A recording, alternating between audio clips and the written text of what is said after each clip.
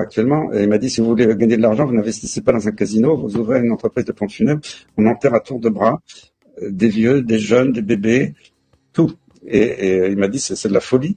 Puis ceux qui pratiquent la thanatopraxie, c'est-à-dire l'embaumement, peuvent plus retirer le sang, parce que quand on fait un embaumement, on enlève le sang pour mettre du formol. Bon, c'est un peu technique, mais parce que tout caillote et que le sang n'est pas comme d'habitude.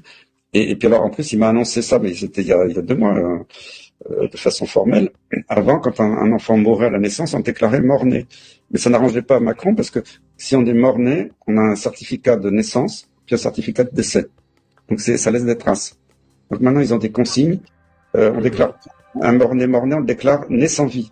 Et s'il est né sans vie, il y a 0 trace dans les registres. Et c'est ça ce que... Mais c'est terrible ce qui se passe. C'est vraiment c'est des bandits de grand chemin d'oser faire ça, parce qu'en fait il y a énormément de morts-nés. Je parle pas même de la stérilité, hein, parce que ça, avec le vaccin, ça y va à tour de bras. Même Macron l'a reconnu. Hein, si vous vous souvenez, Macron, au mois de février dernier, il a dit les Français, une chute de la natalité, on ne sait pas pourquoi, c'est parti, donc tous les vont vacciner massivement. Et on sait très bien d'où ça vient la chute de la natalité, c'est que les hommes ont beaucoup moins de spermatozoïdes après l'injection vaccinale et que les femmes ont perdu leurs règles et deviennent stériles, malheureusement. Pas toutes, heureusement, hein, parce que... Donc voilà, c'est quelque chose d'horrible qu'ils ont fait. Ils essaient de camoufler tous leurs méfaits. Mais les statistiques sont là, la mortalité augmente partout. Et ça n'a pas commencé avec le Covid, parce que le Covid n'a pas tué tant que ça. En fait, il y a pas eu plus de morts que d'autres années de grippe sévère. C'est à partir de 2021-2022, quand ils ont lancé les campagnes vaccinales. Et là, il y a un pic de mortalité gigantesque dans le monde entier. Les turbocancers. J'ai plein d'exemples autour. Des jeunes qui ont des cancers foudroyants.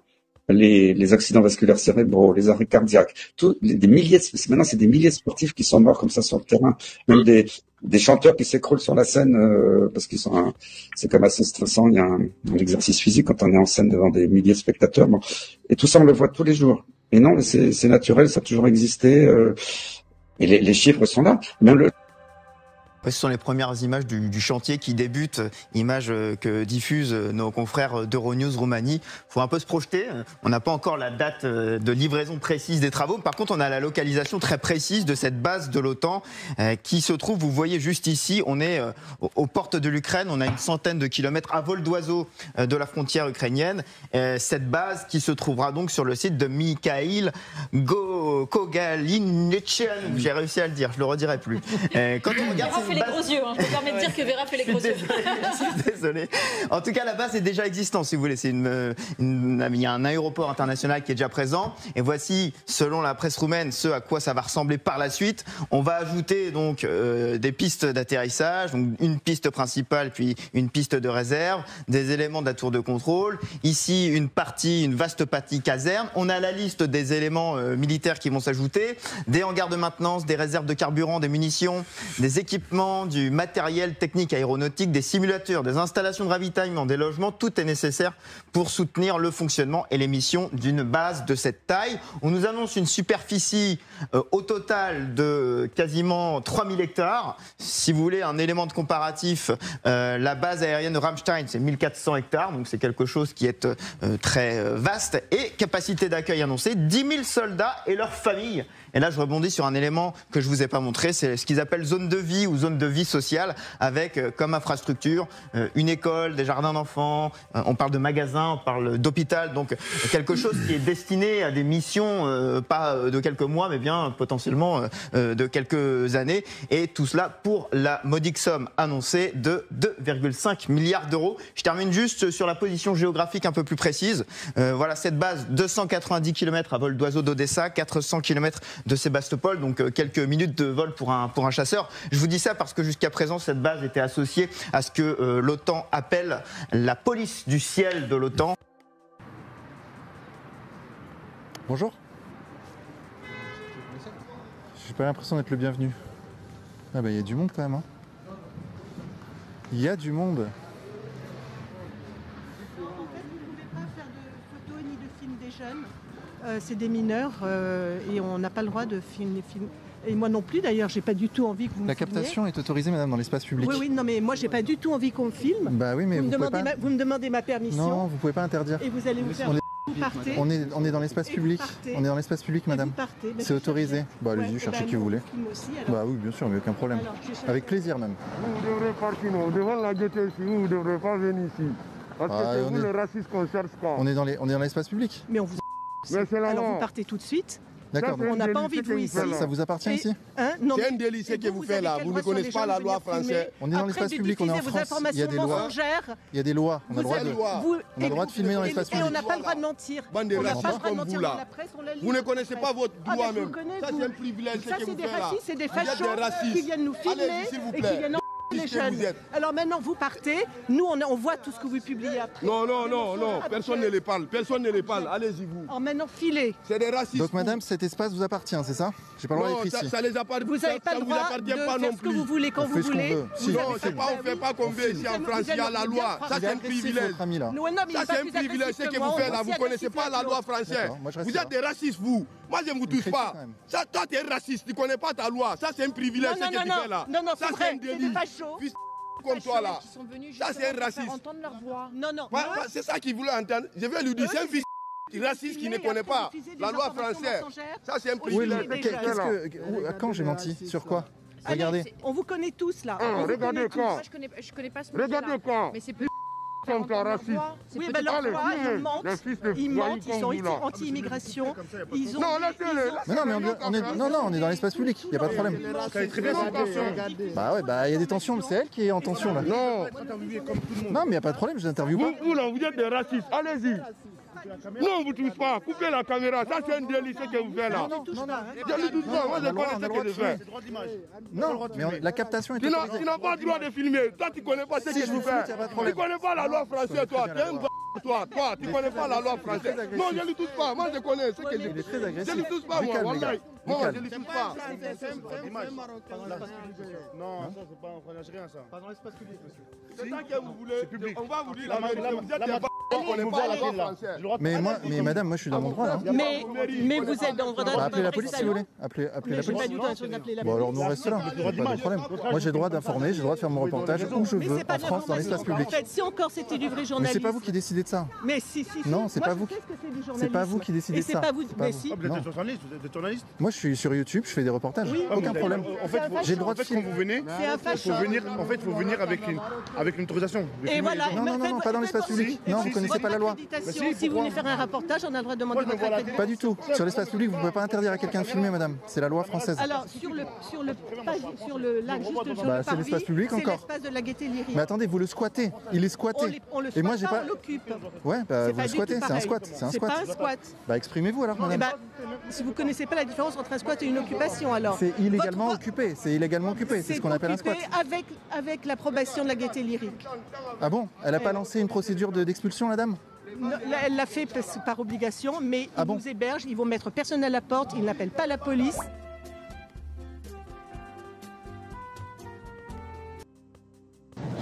Ah, vous avez le métro aussi qui est payé par l'Assemblée? Ouais, D'accord.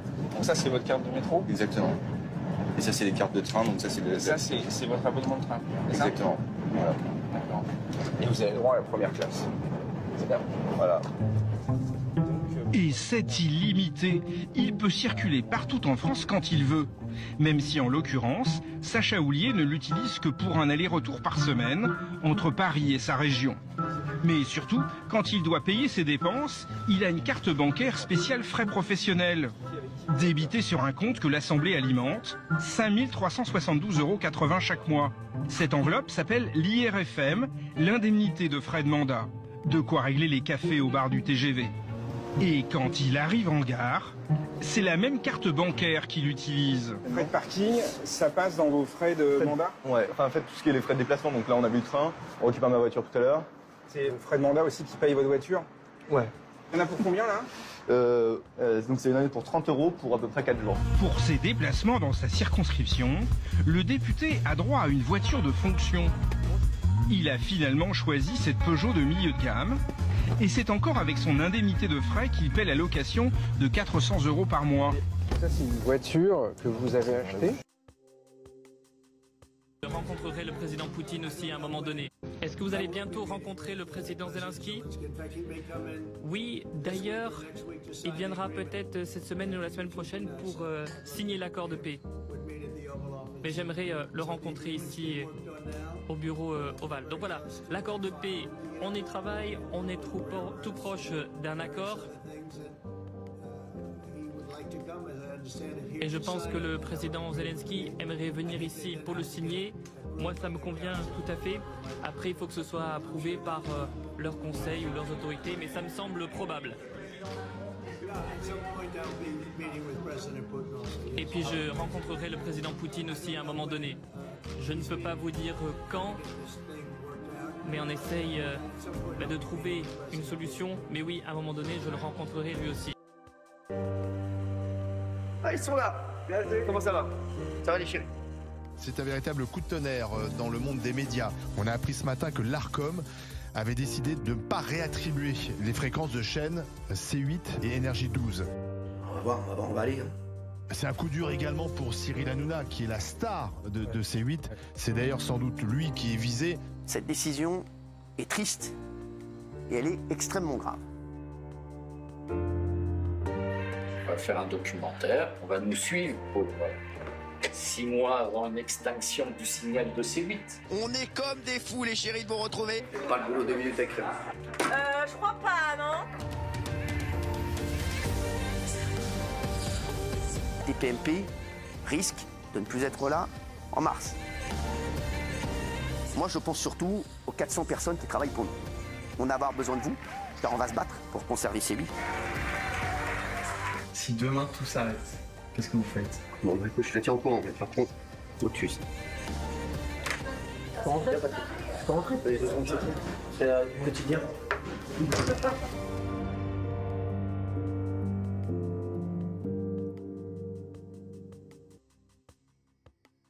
Je pense qu'il faut, par la force militaire,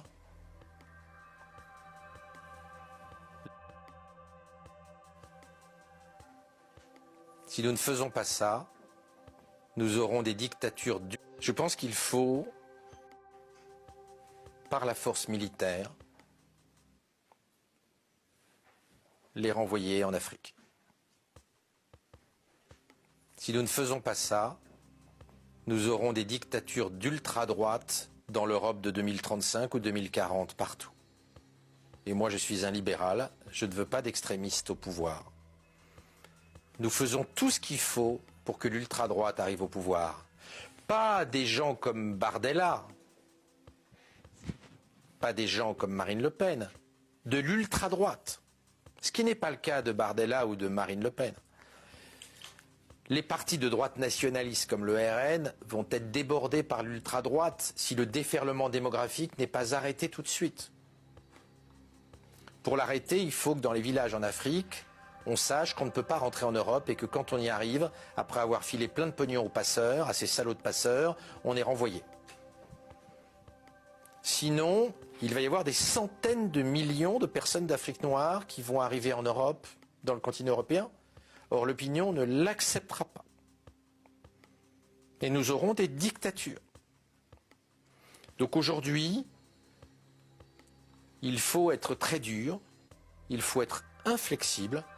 Il va y avoir en Afrique des centaines de millions de personnes qui veulent arriver en Europe. D'arriver à Lampedusa, c'est extraordinairement facile. De traverser la Libye, où il n'y a plus d'État, qui est d'un pays totalement anarchique, c'est extrêmement facile. Lampedusa à 6 à 7 000 par jour, ça n'est que le tout début. On va se retrouver avec des journées à 10 000, 20 000, 30 000, 50 000, 100 000 personnes. Et l'opinion finira par penser que le grand remplacement n'était pas une thèse complotiste, mais un projet des gouvernements européens avec des conséquences politiques absolument catastrophiques. Donc je pense qu'il faut arrêter de déconner. Je pense qu'il faut regarder la réalité en face. L'opinion n'acceptera pas le déferlement démographique venant d'Afrique noire. Il ne l'acceptera pas. Nous prenons un risque politique absolument majeur. Moi, personnellement, je suis affolé de voir de plus en plus de gens des classes moyennes passer à l'ultra-droite. Et ce n'est pas ce que je veux pour l'avenir de l'Europe. Bugeaud a fait enfermer des femmes, des hommes et des enfants, combattants ou pas, dans des grottes, le feu devant la grotte et tout le monde meurt asphyxié. Bugeaud a inventé, alors Napoléon avait un peu fait ça en Espagne, enfin il a inventé les chambres à gaz. Et il a une rue, un problème. Et vous avez interpellé d'ailleurs la maire de Paris, tous les candidats à la mairie de Paris. Personne ne répond, mais tout le monde s'en fout. Personne ne répond. Très bien. Mais Bugeaud, quand même, parce que, par exemple, on peut dire de Colbert, moi je ne le dis pas, hein, on peut dire de Colbert qu'il y a un anachronisme, on revisite ça avec nos valeurs d'aujourd'hui, patati patata. Mais Bugeaud, il fait ça en 1845, en Algérie, c'est la fin de la conquête d'Algérie. C'est une conquête qui a été terriblement sanglante. On a brûlé des villages, on a tué des gens, c'est une épouvante. On n'en parle pas beaucoup. Hein. Bugeaud, il raffine un peu, il enferme les gens dans les grottes. À l'époque, débat à la Chambre. Le maréchal Soult, qui est ministre de la Défense, se désolidarise de Bugeaud. Il y a des articles dans la presse française et européenne. Tout le monde est scandalisé. Et puis en 1865, c'est le Second Empire, on lui donne une avenue. On réaménage la place Dauphine, on creuse l'avenue Bugeaud qui va rallier la place Victor Hugo et l'avenue... Dans le 16e arrondissement de Paris. Et on lui donne le nom de Bugeaud. Bon. C'est le Second Empire qui fait ça parce qu'il y a des solidarités militaires. Mais la mairie de Paris aujourd'hui, elle ne pourrait pas regarder cette histoire. Bugeaud est un salopard. Il a inventé les chambres à gaz. Et il a une avenue à Paris. Eh bien, vous dites ça, mais tout le monde s'en fout. Alors, bien sûr que ça suscite de la colère après, chez les gens qui sont les descendants de toute cette histoire douloureuse. Parce qu'aujourd'hui, le visage que nous montrons, c'est le visage d'un égoïsme total.